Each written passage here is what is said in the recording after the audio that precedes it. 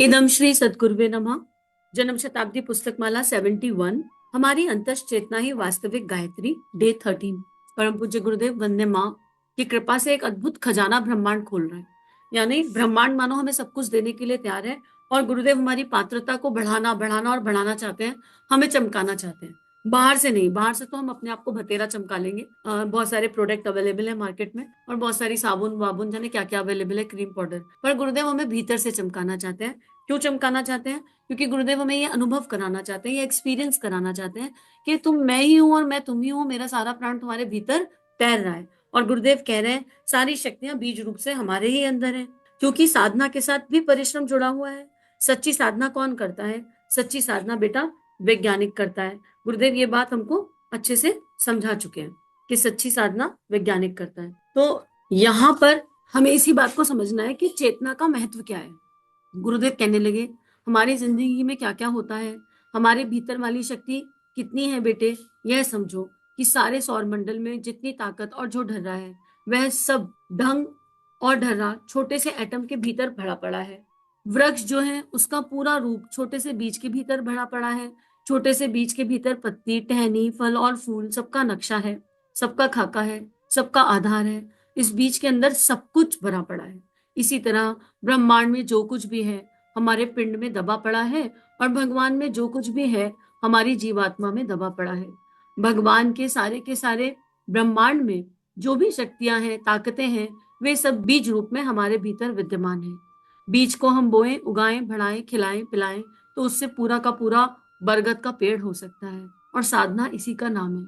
आप इमेजिन करके देखिए कि हमारे हाथ में एक एप्पल का बीज है, और हमारी मुट्ठी बंद कर दी जाए और हमसे ये पूछा जाए कि इस एप्पल के बीज में कितने एप्पल हैं, प्लीज बता दो। हम में से कोई बता पाएगा कि इस एप्पल के बीज में कितने एप्पल हैं? क्या हम इमेजिन भी कर सकते हैं कि इस एप्पल के बीच में कितने एप्पल हैं? पॉसिबिलिटी ही नहीं है। और जबकि हम एक पेड़ के नीचे खड़े हो जाएं एप्पल के, और ये कहा जाए कि इस पेड़ पर कितने एप्पल हैं काउंट कर लो, तो इट इज इजी। हम एक अनुमानतः काउंट कर सकते हैं कि इस पेड़ पर इतने एप्पल लगे हैं। लेकिन एक बीज के भीतर छुपे एप्पल कोई नहीं जान सकता। क्यों? क्योंकि उस बीज से एक पेड़ बनेगा, उस पेड़ से कितने एप्पल निकलेंगे, और हर एप्पल में कितने बीज होंगे, और फिर उन बीजों में कितने एप्पल होंगे, इसका अंदाजा हम लगा भी नहीं सकते। तो गुरुदेव यही कह रहे हैं कि हमारी जो संभावनाएं हैं वो अनंत हैं, अनंत हैं और अनंत हैं। और हमें अब उन संभावनाओं को जानने की आवश्यकता है, समझने की आवश्यकता है। और जानना और समझना ही नहीं है, हमें उन संभावनाओं को कहीं ना कहीं जीने की आवश्यकता है। शायद नॉलेज के स्तर पर तो हम लोग सब जानते हैं, लेकिन एक्सपीरियंस के स्तर पर कैसे जाने? और गुरुदेव हमें उस एक्सपीरियंस की ओर अब लेकर जाना चाहते हैं, लेके जा रहे हैं। तो गुरुदेव कह रहे हैं कि आप इधर उधर खुशामदे मत करो, आप इधर उधर किसी की नाक मत रगड़ो। आप केवल परिश्रम के साथ, सद्भावना के साथ, सही सोच के साथ, सही इंटेंशन और सही ऊर्जा के साथ चलते चलो। और अगर आप चलते चलोगे तो आपकी जिंदगी बहुत खूबसूरत हो जाएगी, क्योंकि आप ही वो बीज हो। हम कौन है? हम ब्रह्मांड का बीज हैं। ब्रह्मांड ने हमको पंच तत्वों से बनाया, और पृथ्वी रूपी इस मिट्टी में हमें दबा दिया था। यही तो किया था ब्रह्मांड ने, पृथ्वी रूपी इस मिट्टी में हमें दबाया था। और क्या सोच के दबाया था?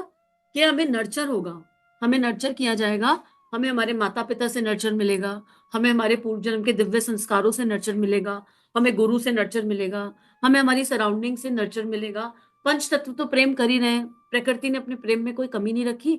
और ये जो मानव देह है, ये जो एक बीज है, ये एक वृक्ष के जैसे खुलकर खिलकर आएगी। ये ब्रह्मांड का प्लान था। हम उस प्लान को क्या समझ पा रहे हैं? हम उस प्लान को क्या एग्जीक्यूट कर पा रहे हैं? हम समझ पा रहे हैं कि हम वो ब्रह्मांड का दैवीय बीज हैं, और हमारे अंदर से कितने ब्रह्मांड जन्म ले सकते हैं, हमारे अंदर से कितने ब्रह्मांड बन सकते हैं, इसका कोई अंदाजा है? जब स्वामी विवेकानंद जन्मे थे, तो उन्हें क्या पता था कि उनके अंदर विवेकानंद बनने की संभावना है? या माँ मीरा को पता होगा कि उनके अंदर मीरा बनने की संभावना है? या क्या अष्टावक्र को पता होगा, या परम पूज्य गुरुदेव को पता होगा? जितने भी ये स्वतंत्रता सेनानी हुए हैं, भक्त हुए हैं, ऋषि हुए हैं, क्या इनको अपनी संभावना जन्म लेते के साथ ही पता थी? किसी को भी नहीं पता थी। लेकिन उन्होंने जान लिया जीवन का परम उद्देश्य क्या है। अपने भीतर उतर गए, और अपने भीतर उतर गए, और ऐसा उतरे कि आज हम उनके लक्ष्य कदम पर चलना चाहते हैं। लेकिन यहाँ गुरुदेव ये नहीं कह रहे कि तुमको दूसरा दूसरी मीरा बनना है, तुमको दूसरा भक्त प्रहलाद बनना है, तुमको दूसरा ध्रुव बनना है, तुमको दूसरा कुछ बनना है। नहीं, वो कह रहे हैं उनसे सीखिए, उनसे जानिए, और आप जो हैं आप खूबसूरती से वही बन जाइए ना, क्योंकि देह को तो मात्र एक नाम मिला है। जब जाएंगे अच्छे कर्म करके तो कर्म लोगों को याद रह जाते हैं। कई बार ऐसा होता है ना, हम किसी विशेष की स्टोरी बता रहे होते हैं, बड़ी इंस्पिरेशनल स्टोरी है, और हम किस तरह बताते हैं, नाम याद नहीं आ रहा, लेकिन उनका काम ये था और उन्होंने ऐसा ऐसा किया, और इस ऐसे ऐसे को करके ऐसा ऐसा हुआ, और उसने हमें बहुत मोटिवेशन दी। सबके साथ होता होगा ऐसा, बहुत कॉमन है। नाम किसे याद रहने वाला है, काम याद रहने वाला है, काम। गुरुदेव कह रहे हैं कि इस तरह की साधना करो कि अपने भीतर की समस्त संभावनाओं को जगाओ, और इस पृथ्वी रूपी पाठशाला पर, इस पृथ्वी रूपी धरती पर एक वृक्ष बन के खड़ा हो जाओ जो सबको छाया दे। वृक्ष क्या है, जो सबको देता है, और वृक्ष को कभी कोई कमी नहीं पड़ती, क्योंकि उसको तो धरती में, उसकी जो ग्राउंड है ना, उसकी जो जड़ें हैं वो धरती में छुपी हुई हैं, गहरी छुपी पड़ी हैं उसकी जड़ें धरती में, और उसको वहां से इतना नर्चर मिल रहा है, इतना नर्चर मिल रहा है कि प्राण शक्ति अपने आप ऊपर ऊपर ऊपर ऊपर जा रही है। तो हमारी जब जड़ें हमारी भारतीय संस्कृति से जुड़ जाएंगी, हमारी जड़ें जब अध्यात्म से जुड़ जाएंगी, हमारी जड़ें जब चेतना से जुड़ जाएंगी, हमारी जड़ें जब ब्रह्मांड से जुड़ जाएंगी, तो हमें कोई कमी नहीं पड़ सकती। नेवर एवर, पॉसिबिलिटी नहीं है कोई कमी पड़ने की। और एक विज्ञान ये भी कहता है कि कमी इसलिए नहीं पड़ेगी क्योंकि कोई इच्छा ही नहीं बचेगी। अगर आप और हम अपने जीवन को ध्यान से देखें, आज जीवन का जो सबसे बड़ा दुख हमें लग रहा है कि ये हमारे जीवन का सबसे बड़ा दुख है, या ये हमारे जीवन की सबसे बड़ी सिचुएशन है, तकलीफ है, उसके मूल में एक इच्छा बैठी है।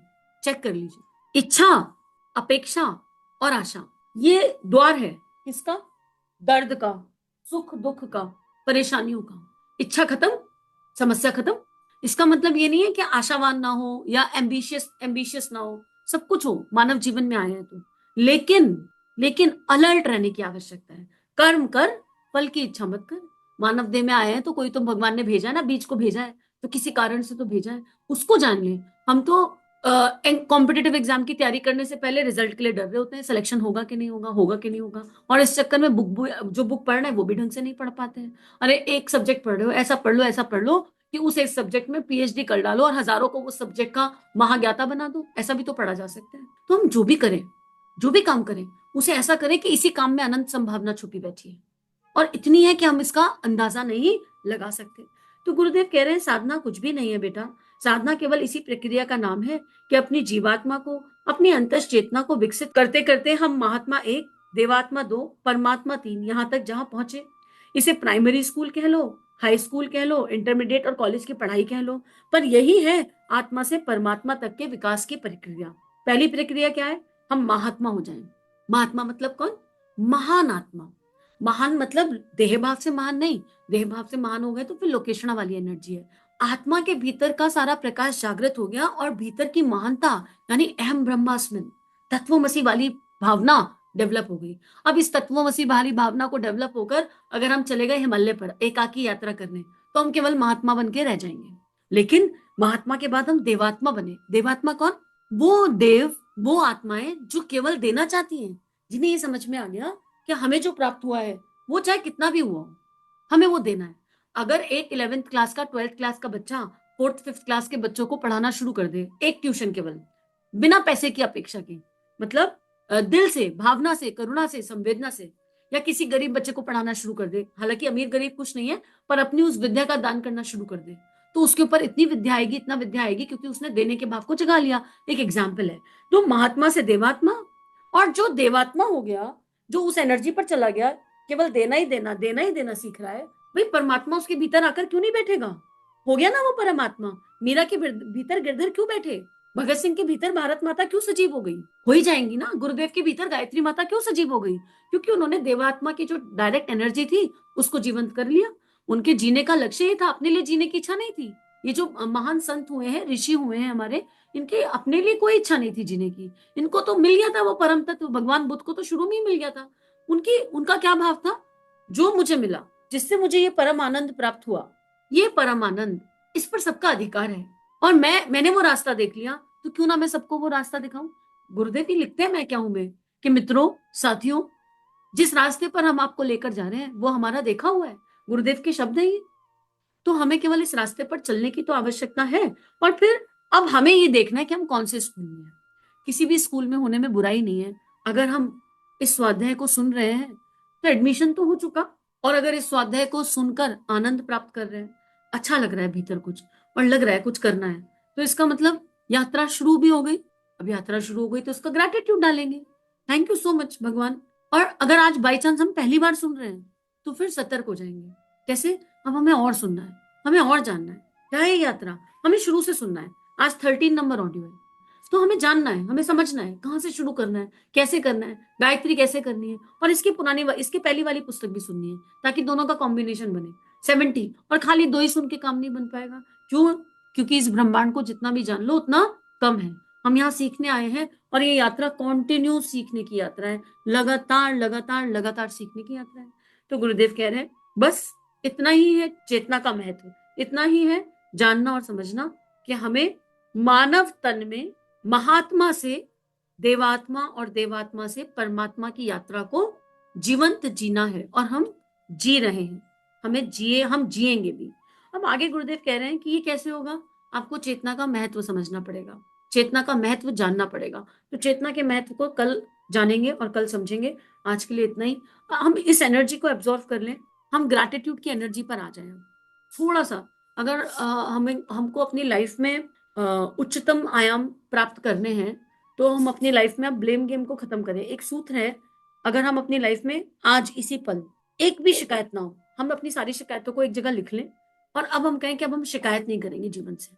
ना हम जीवन से शिकायत करेंगे, ना लोगों से शिकायत करेंगे, ना ईश्वर से शिकायत। हम इस कंप्लेन की एनर्जी को, इस कंप्लेन की कॉन्शियसनेस से शिफ्ट हो जाएंगे, और ये जानने की कोशिश करेंगे कि हमारे जीवन में ये सिचुएशन क्यों आई, और इसका समाधान कहाँ है। वो हमारे भीतर है। एक होता है थैंकफुलनेस, एक होता है एटीट्यूड ऑफ ग्रैटिट्यूड।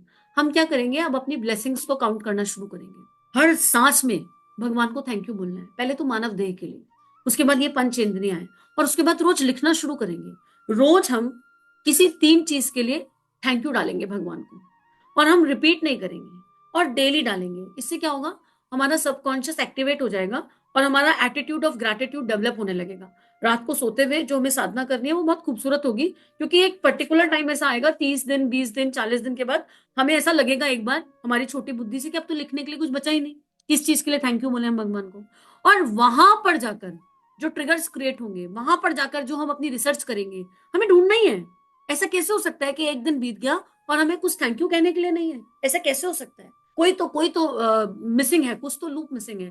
अरे थैंक यू कहना है ना, तो अपने किचन के सारे ग्लासेस को भी कहा जा सकता है। जिस चीज के बिना मानव देह का गुजारा नहीं है, उस हर चीज के लिए ग्रेटिट्यूड डाला जा सकता है। लिखेंगे, जब हम ये लिखेंगे तो उसके बाद हमारी जो एनर्जी है, हमारी जो कॉन्शियसनेस है, वो यूनिवर्स से स्ट्रांगली जुड़ जाए।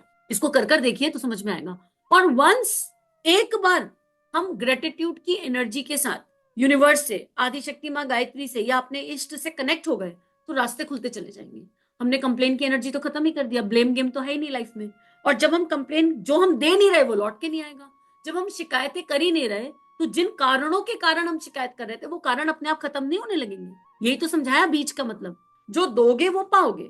अभी तक हम क्या कर रहे थे? शिकायतें कर रहे थे, और शिकायतों का कारण किसी किसी को बता रहे थे, और उन कारणों के कारण किसी किसी को बता रहे थे, तो हम यही दे रहे थे।